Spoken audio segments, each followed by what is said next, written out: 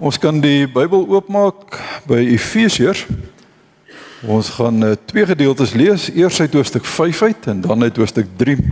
So as jy kan of wil, hou maar daai twee plekke oop. Efesiërs 5, ons gaan daar van vers 26 af lees en uit Efesiërs 3 van vers 5 af.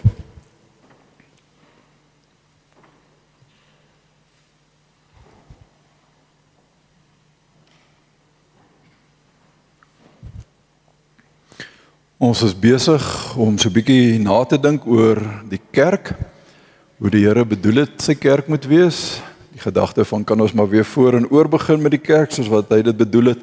Vanmôre wil ek stil staan by een van die eienskappe van die kerk, naamlik die heiligheid daarvan.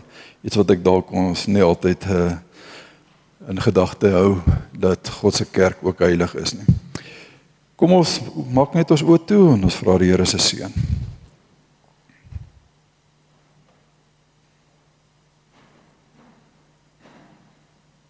Here, ook u woord is heilig, omdat dit u woorde is. Daar wil ons met die grootste ontzag dit ook lees. Nou Heilige Gees op u wag, dat u ook hierdie woord vanmôre aan ons sal oopbreek, aan ons sal bring, vir elkeen van ons op 'n manier sal kom gewillig maak, om ook dit wat ons dan hoor in ons eie lewens te gaan uitleef en te gaan toepas, sodat ons werklik waar nie u heiligheid onheilig of oneer aandoen, deur op 'n verkeerde manier met u kerk hier op aarde om te gaan nie. Wees ons asseblief genadig in Jesus se naam. Amen. Dis Paulus wat aan die woord is daar in Efesiërs 5 en dan het gebruik hy die beeld van 'n huwelik tussen 'n man en 'n vrou, om ook die verhouding tussen God of Christus en sy kerk te vergestalt. En ek gaan nou nie die hele vooraf deel lees nie, ek gaan eintlik die laaste woorde daarvan, die afsluiting lees, vers 26. Al hierdie goed word nou gesê wat hy gedoen het, sy liggaam prys gegee en al daai dinge. En dan sê hy in vers 26, dit het hy gedoen om die kerk aan God te wy, nadat hy dit met die water en die woord gereinig het, sodat hy die kerk in volle heerlikheid by hom kan neem, sonder vlek of rimpel of iets dergeliks, heilig en onberispelik. Oor die laaste twee woorde, hy het dit alles gedoen sodat die kerk in heerlikheid by hom kan neem, heilig en onberispelik. Dan vers 29, want niemand het ooit nog sy eie liggaam gehad nie, inteendeel, hy voed dit en hy versorg dit, soos Christus met sy kerk doen. En dan kom die woorde. Hy voed en versorg dit soos Christus met sy kerk doen, omdat dit sy liggaam is, waarvan ons lede is. Ons het nou gehoor, die kerk het hy by hom uitgebring om heilig te wees, en nou sê hy in hierdie vers, die kerk is sy liggaam, waarvan ons lede is. Ons blaai nou terug na hoofstuk 3 toe, net vir so 'n stukkie agtergrond, vers 5, Paulus is hier besig, is eintlik een van die groot hoofstukke in Efesiërs. Hy is besig om die evangelie as ware aan die ouens oop te breek en te sê, julle was nog die hele tyd so bietjie in die duister, julle het nie lekker verstaan waaroor het hierdie hele episode en goede gegaan nie, maar kom ek vertel julle nou, ek maak hierdie geheimenis aan julle bekend. Dan begin hy in vers 5 om te sê, nog nooit tevore in die geskiedenis is die geheimenis aan die mensdom bekend gemaak, soos God dit nou deur sy gees aan sy heilige apostels en profete geopenbaar het nie. En dan laat hy eers mee verder wonder oor wat die geheimenis is. Hy sê in vers 6, en dit is die geheimenis. Hier kom dit nou. Deur die verkondiging van die evangelie en in hulle verbondenheid met Christus Jesus, word ook mense wat nie Jode is, saam met ons deel van die volk van God en lede van die liggaam van Christus. Onthou die woorde, né? En kry hulle so ook saam met ons deel aan wat God beloof het. So hy sê die geheimenis is, nie nou meer net Jode behoort aan die volk van God nie, nee, alle mense, ook nie Jode, is nou deel van God se volk en lede van die liggaam van Christus. Nou wat ons in die vorige hoofstuk gehoor, hoofstuk 5, neem, dat sy kerk is sy liggaam, waarvan ons lede kan wees. Hou hierdie paar woorde net in gedagte. Vriende, as ek die woord heilig of heiligheid noem, wat is die eerste reaksie, eerste gedagte, eerste definisie wat in jou kop opkom? Soos nou nie vanmôre so baie soos wat ons nou altyd is nie, maar onder die 200, 250 wat ons hier is, het ek die idee dat ons redelik 250 idees sou gehad het. Want ons elkeen het een of ander vorm van my gedagte hoe ek dink wat heilig of heiligheid is. Party gebruik die woord heilig as 'n tipe van 'n spotwoord. Party sal baie maklik praat as jy oor heiligheid praat, men van moenie jou hoog heilig by my kom hou nie. Of hou sommer skynheilig. Ons gebruik dit baie keer in 'n negatiewe woord. Anders sou dalk vanmôre dit in 'n positiewe sin gebruik om te sê, iewers het ek geleer, heilig beteken om afgesonder te wees vir die Here, dit beteken ek behoort aan hom, dit beteken ek wil lewe soos wat hy van my vra, dis 'n bepaalde lewenstyl met ander woorde, wat van my verwag word, as ek die woord heilig gebruik. Maar die woord heilig is amper soos die woord genade. Dis so ryk, dis so groot, dis amper onmoontlik om dit met een sin te probeer saamvat. Daar's net te veel aspekte van heiligheid, om dit sommer net in 'n kort definisie te kan weergee. Maar terselfdertyd, kan mens eintlik die woord heilig beskryf met een enkele woord. En dis natuurlik die woord God. Want as jy iets van heiligheid wil weet, moet jy na God kyk. Want God besit nie net heiligheid nie, God is heilig. So enige iets wat ek en jy van heilig of van heiligheid wil weet, moet ek by God gaan leer. Hy is die vervolmaking van enige vorm van heilig. Dis hoekom ons ook van hom praat as die allerheiligste. Daar kan niks heiliger as hy wees nie. Daar is nie nog 'n trap hoër as wat God is nie. Daarom is sy heiligheid die heiligste van heiligheid. Daarom dat Paulus in 1 Timoteus 6 dit uitroep, dat hy in 'n ontoeganklike lig leef, want sy heiligheid is so groot, dat niemand naby hom kan kom nie. God is heilig. So as ek wil weet wat heilig is, kyk na God. Leer van God, om uiteindelik te weet wat die woord heilig alles beteken. En die oomblik as ek dit besef, die oomblik as ek weet ek moet God en heilig aan mekaar koppel as waarom met 'n gelykant teken God is heilig, dan weet ek en jy mos nou vanmôre, ons kan nie maar net met die woord heilig omgaan soos wat ons wil nie. Ons kan nie morsig met die woord heilig omgaan nie. Want daar is 'n stuk gewydheid aan daardie woord, omdat dit aan God gekoppel word, omdat dit is wie en wat God is. En nou gaan dit selfs verder. God hou hierdie heiligheid nie vir homself nie. Hy sê, ook julle wat aan my behoort, sê die Here, ook julle moet heilig wees. Daardie selfde heiligheid wat ek is, wil ek hê, moet nou ook in julle lewens wees. 1 Petrus 5 vers 15, 1 Petrus 1 vers 15 en 16, ons het dit nie gelees, maar maak maar jou nota. Daar sê Petrus vir die mense, nee, soos wat hy wat julle geroep het, en in die Grieks staan die woordjie ekklesia, want dis wat die woordjie kerk beteken, hulle wat geroep is. Soos wat hy wat julle geroep het, heilig is, moet julle ook in julle hele lewenswandel heilig wees. En dan gaan haal Petrus daar uit Levitikus 11, hoofstuk vers 44, 'n aanhaling. Hy sê, want daar staan mos immers geskrywe, wees heilig, want ek is heilig. Die Here sê dit vir sy volk daar in Levitikus. Hy het 'n klomp voorskrifte wat hy wil hê hulle moet doen, en dan eindig hy daardie klomp voorskrifte in vers 44 deur te sê, wees julle heilig, want ek is heilig. So die oomblik as ek hoor die woordjie heilig, en ek koppel dit aan die karakter van God, en sê, maar God is heilig, maar daarmee saam vra hy van my en van jou as sy kerk, as sy mense wat deur hom geroep is om ook heilig te wees, dan is dit inderdaad so, dan kan ek en jy nie maar gaan maak met die woord heilig soos wat ons wil nie. Ons kan inderdaad nie morsig met dit omgaan nie. En bygesê, as jy hierdie vers gaan lees, dan, of hierdie twee verse gaan lees, dan kom jy baie vinnig agter, dis nie maar 'n opsionele ekstra, wat jy kan vat of kan los nie. Dis nie goeie advies wat as jy dit wil hê, kan jy dit vat, as jy dit nie wil hê nie, dan los jy dit nie. Nee, dit is baie duidelik in die woorde hoe Petrus dit skryf, dat dit 'n opdrag is, dat dit iets is wat ek en jy moet doen, soos wat hy wat julle geroep het heilig is, moet julle ook in julle hele lewenswandel heilig wees. En die laaste woorde, wees heilig, want ek is heilig. Heiligheid is met ander woorde die kerk se roeping. Gelowiges se roeping, soos wat hy wat julle geroep het, begin die teks mos. Dis ons roeping, ons is geroep om heilig te wees. Dit sluit uiteindelik sê, ons hele lewenswandel moet heilig wees. Dit sluit in ons gedagtes, ons woorde, ons hande, ons voete. Daar waar ek dinge doen, daar waarheen ek beweeg of nie beweeg nie, dit alles moet 'n heilige vorm van lewe uitmaak. En dit moet die toewyding van elke dag wees heilig, omdat ek heilig is. 'n doelbewuste besluit om te sê, Here, meer en meer en meer wil ek wees en word soos wat U is. Dit is nou nie nuus dat ek dit nou vanmôre vir jou sê nie, maar om elke hoek en draai leef ons in 'n tyd waarin gesag uitgedaag word. En waarin mense in opstand kom teen forme van gesag.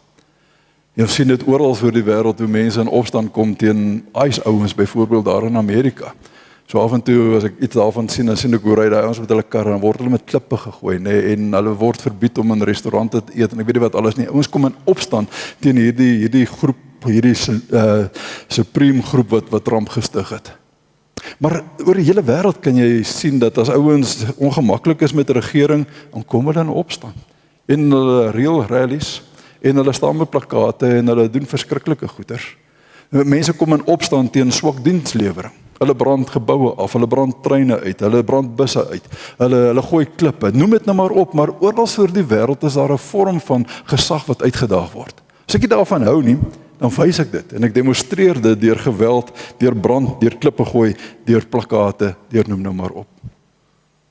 En op 'n baie subtiele manier het hierdie einste opstand ook in die kerk begin inkom. Genadiglik gooi hulle daarom nog nie met klippe, as ek nie preek soos julle daarvan hou nie. Of brand die kerk af, of staan nie buite met 'n klomp plakate en blaniere nie. Nee, ons kom in 'n ander manier in opstand teen die kerk. Ek lees hierdie verskriklike stukkie so 'n week of wat terug, van 'n vrou wat vertel dat sy klaar is met die kerk. Opskrif in die artikel is, waarom ek klaar is met die kerk. En ek gaan nou nie die hele stuk lees nie, maar ek wil 'n paar woorde sinne uithaal wat sy fisies skryf. Sy sê, die Sondagoggend kom 'n seentjie van die Sondagskool af by die huis aan. Nou, dit sê onmiddellik vir my, ma was nie saam met die kerk nie, ma weet nie, ons praat nie meer van Sondagskool nie, maar van kategese. Ek het sommer 'n klomp klaar vooropgestelde idees rondom hierdie tannie. Maar dan skryf sy, en hy kom met 'n belaglike dingetjie in sy hand aan, en sy vra van, wat se ding het jy in jou hand? Toe sit 'n papierbord waarop 'n skapie geteken is. En op die skapie moes hulle nou in die klas watte geplak het, laat dit nou lyk soos 'n skapie. En sy vra toe vir hom, nou waaroor gaan die storie nou? En hy sê toe vir haar, nee, ons het van die goeie herder geleer vandag in die Sondagskool. En hoe die Here die skapies oppas. En die 10-jarige seentjie vra toe vir haar, maar as die Here dan die goeie herder is, hoekom het hy nie met Noag se ark al die skapies opgepas nie? Hoekom is al die skapies dood? En net 2 bly lewe. En dan skryf sy hierdie woorde. Net daar en dan besluit ek dat ek klaar is met die kerk, want die kerk maak 'n klomp ateïste groot. Nou vriende, ek was aanvanklik so kwaad toe ek hierdie artikel lees, want my logika wou dit net nie vir my bymekaar bring. Hoe kry ek Noag se ark verhaal, Jesus as die goeie herder en die kerk maak ateïste groot bymekaar? Dit maak net nie vir my sin nie. Maar dis die tipiese ding wat deesdae besig is om te gebeur. As ek nie hou of nie verstaan nie, dan loop ek. As ek nie hou van 'n erediens nie, as ek nie hou van die manier van die dominee preek nie, as ek nie hou van die sitplek nie, as ek nie hou van die sang nie, as ek nie hou van dis te kort of te lank, dis te vinnig, dis te stadig nie, dan loop ek. En ek gaan soek 'n ander plek waar ek dalk beter geplees word, en as ek dit nie kry nie, dan los ek dit net eenvoudig alles. Dit word algemeen deesdae om net te sê, ek draai my rug op die kerk. En dan wonder ek in dieselfde asem, wat verstaan ons dan nie van die heiligheid van die kerk nie? Wat verstaan ons nie van God se heiligheid nie? Want as ons so 'n bietjie deur die Ou Testament tot daar by Handelinge 5 blaai, dan leer ons God as 'n heilige God met wie jy nie speel nie, wie se heiligheid jy nie uitdaag nie. Onthou julle daar in 2 Samuel 6, is hulle besig om die ark te dra en Usia vat aan die ark. Hy is bang die ouens struikel en die ark laat val of word laat val. En die Here slaat hom net daar dood. Want die opdrag was, jy mag nie aan die ark raak nie. Onthou julle in 1 Samuel 13, dat as Saul besluit, hy gaan nie langer vir Samuel wag nie, hy gaan sommer self offer, dat die Here eenvoudig sy koningskap van hom af wegvat, omdat hy ongehoorsaam was aan die Here. Onthou julle vir Moses, wat nie die beloofde land mag ingeloop het nie, hoekom nie? omdat hy ongehoorsaam was aan die Here. Ons lees daarvan in Numeri 20. Maar toe sê die Here vir Moses en Aaron, omdat julle my nie herken het nie, en my, en hoor nou die woorde, die heilige nie voor Israel gehoorsaam was nie, sal julle hierdie volk nie inlei in die land wat ek vir hulle gaan gee nie. En dit het gegaan oor, die Here het vir Moses gesê, praat met die rots en daar sal water uitkom, en in sy frustrasie slaan hy die rots om water te laat uitkom. Dis dieselfde God wat Ananias en sy vrou laat sterf omdat hulle lieg oor geld, oor 'n stuk eiendom wat hulle verkoop het. En ek het Woensdag by die Bybelskool het ek gesê, wat gebeur het met tussen daardie tyd en vandag, dat die Here nie elke mens wat in opstand teen sy heiligheid kom, net gewoon dood neerlaat slaat, soos wat hy dit met hierdie ouens gedoen het nie, weet ek nie, ek het nie 'n antwoord daarop nie, maar ek is baie bly dat dit inderdaad so is, want ek dink hierdie aarde sou baie minder mense gehad het, as God elkeen net so moes laat dood neerslaan het, wat in sy heiligheid, of teen sy heiligheid in opstand gekom het. Maar ek en jy moet dit vanmôre baie duidelik hoor, God is nie jou speelmaat nie. Hy is nie 'n tipe buddy van jou nie. Hy is nog minder, soos wat baie kerkmense hoor praat, die ou oom of die ou toppie daarbo in die hemel nie. Hy is die heilige van Israel. Hy is die allerheiligste. Hy is die een wat in die ontoeganklike lig woon. So heilig is hy.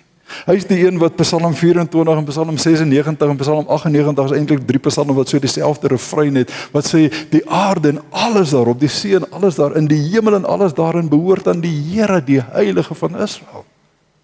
Hy is die een wat Jesaja 6 geer op sy eenvoudig hulle vlerke toemaak, of hulle oë met hulle vlerke toemaak en sê, ons kan nie na die heiligheid van God kyk nie. Trouwens, ons kan eintlik maar net vir mekaar sê, heilig, heilig, heilig is die Here, die Almagtige. Ons hoor daarvan in Openbaring 4 dieselfde. As die hemelwesens, saam met al die ander wesens wat daar in die hemel is, op hulle gesigte buig en die heeltyd uitroep, heilig, heilig, heilig is die Here God, die Almagtige. As ek en jy iets van die heiligheid van God besef, sal ons ophou om te dink, hy is sommer maar net een van ons. Ons kan oor sy heiligheid as ware grappies maak, of sommer maar net gemaklik wees daarmee. Allermins. Maar dan kom daar 'n tweede element na vore. En dis dat hierdie heiligheid van God wil hy ook hê moet in sy kerk hier op aarde wees. Ons het dit nou in Efesiërs 5 gehoor, dat hy al hierdie goeie gedoen het deur sy seun, sodat hy die kerk in volle heerlikheid by hom kan neem, sonder vlek of rimpel, heilig en onberispelik. En dan hoor ons in vers 30, hy voed hierdie kerk van hom, omdat dit sy liggaam is, waarvan ek en jy lede kan wees. Soos die kerk van Christus, is ons nie maar net sommer 'n organisasie nie. Ons is sommer maar net 'n klap nie. Ons kom nie net hier by mekaar, soos ek in die begin gebid het, vir een of ander politieke toespraak of vir 'n groot partytjie nie. Nee. Ons is die volk van God, wat deur Christus Jesus deel van sy liggaam kon word. En as dit nie vir jou met die grootste eerbied en nederigheid of daartoe dwing nie, dan weet ek nie wat sal dit doen nie. Want om te besef dat ek 'n stukkie van die heilige God mag uitmaak, dat ek 'n stukkie van sy liggaam hier op aarde mag wees, moet my met verwondering vervul. Moet my uiteindelik, soos al die ander hemelwesens en engele doen, aan mekaar net laat uitroep, heilig, heilig, heilig is die Here. Trouwens, ek en jy bely dit wanneer ons geloofsbelydenis moet saam sê. Bely ons dit nie keer op keer nie, ek glo aan 'n heilige, algemene Christelike kerk. Ons begin met die woord heilig. Bely ons nie daarmee saam en in die gemeenskap van die heiliges, met ander woorde, ek en jy, ons gemeenskap met mekaar, ons koinonia, ons saambinding faktor wat ons het, ons glo dat ons 'n klomp heilige mense by mekaar is. Maar iets het ons verloor as ons dit moet gaan uitleef. Want ons maak met die kerk soos wat ons partykeer wil. En soos wat ek wil. En as dit my nie please nie, as dit nie vir my gemaklik is nie, dan gaan soek ek eenvoudig maar net iets anderster. Ek hoef dit nie weer te sê, en ek dink ons het nou al genoeg keer vir mekaar sê, maar in die kerk is dit never about me. Dit gaan nooit oor my nie. En die oomblik wanneer dit oor my begin gaan, dan is dit wanneer ek die heiligheid van God en die heiligheid van sy kerk so 'n bietjie op die agtergrond kan skuif. Ek dink die meeste van julle was waarskynlik al by een van hierdie groot konserte, soos Afrikaans is groot, ek weet almal van julle trek mos op 'n stadium in 'n jaar hier uit om dit te gaan bywoon. Ek Ek is redelik oortuig dat as jy nou uitgesien het na hierdie groot geleentheid, en jy kom daar aan, en daar is skielik duisende mense saam met jou, dat jy nou regtig waar nou nie baie ongelukkig is om te sê, wow, hier's nou so baie ouens, ek wou eintlik alleen gewees het nie. Dis mos nie die rede hoekom jy sou toe gaan nie. Jy gaan juis om saam met al hierdie ander duisende te deel in hierdie groot geleentheid om hierdie, kom ons praat nou maar van Afrikaans as groot, hierdie kunstenaars te hoor en te sien en te beleef. Daar's 'n stuk opgewondenheid onder al hierdie duisende mense. Ons is hier vir een gemeenskaplike doel en dis om te kom kyk en te kom luister na hierdie ouens wat vanaand of vandag of wanneer dit ook al optree, hierdie wonderlike show vir ons gaan opsit nie. Jy's nie ongelukkig en ongemaklik oor dit nie oor jou gaan nie. Dit gaan nie oor jou in daai oomblik nie, dit gaan oor daai ouens wat gaan sing. Jy is glad nie ongelukkig of ongemaklik daaroor dat jy nou nie die middelpunt van die show is nie. Jy is opgewonde om saam met 'n klomp ander mense hierdie voorreg te kan geniet. Is dit nie presies wat ook in die kerk moet gebeur nie? Moet ons nie juis in die kerk, omdat ons as gemeenskap van gelowiges die voorreg het om saam een gemeenskaplike doel te hê, naamlik om deel van die liggaam van Christus te wees, naamlik om sy heiligheid hier te eer en te dien en te beleef, dat dit vir ons opgewonde en bly sal maak nie. As wat ons so maklik, as dit my nie pas nie, dan loop ek. As ek ongemaklik is, dan loop ek. Of ek los sommer maar net die kerk. Vriende, kom ek hoor vanmôre net weer uit die woord van die Here. God is heilig. Hy is die allerheiligste. As jy 'n beskrywing of 'n definisie aan heiligheid wil koppel, skryf net die woord God neer. En dan sê 1 Petrus vir ons, omdat ek wat God is heilig is, wil ek hê jy wat ek geroep het om my kerk te wees, moet ook heilig wees. En dan sê Paulus vir ons in Efesiërs, juis omdat ons 'n deel van sy liggaam hier op aarde is, lede van sy liggaam op aarde is, maak dit eenvoudig die kerk ook heilig. God is heilig, ek en jy is heilig, sy kerk is heilig. Mag ons dit net ooit vergeet, en sommer maar net eenvoudig morsig met sy heiligheid hier op aarde omgaan nie. Amen. Here, ons is dalk nie heeltemal so onskuldig vanmôre, soos wat ons dalk sou wou dink nie. Ons kan so maklik u heiligheid mors. Ons kan so maklik dit oneer. Ons kan so maklik die kerk onheilig, Here, deur sommer dit maar net as kom te sien, en as dit my nie pas nie, dan loop ek. Wil jy vanmôre vir ons 'n nuwe besef gee van wat dit beteken dat u heilig is, dat u ons geroep het om heilig te wees, en dat ons as heiliges u kerk hier op aarde heilig maak. Dat dit ons gesindheid en ons manier van optrede, ons woorde wat ons sing, ons manier hoe ons luister, die wyse en die hoeveelheid wat ons as dankoffer gee, die gehoorsaamheid om uiteindelik dit te gaan uitleef, dit alles, Here, dat dit vir ons anders te sal wees, omdat ons u heiligheid besef. En dat ons die voorreg het om deur u geroep te wees, om ook in heiligheid u kerk hier op aarde te mag wees. Wees ons asseblief in hierdie opsig so genadig. Ons pleit dit in u naam alleen. Amen.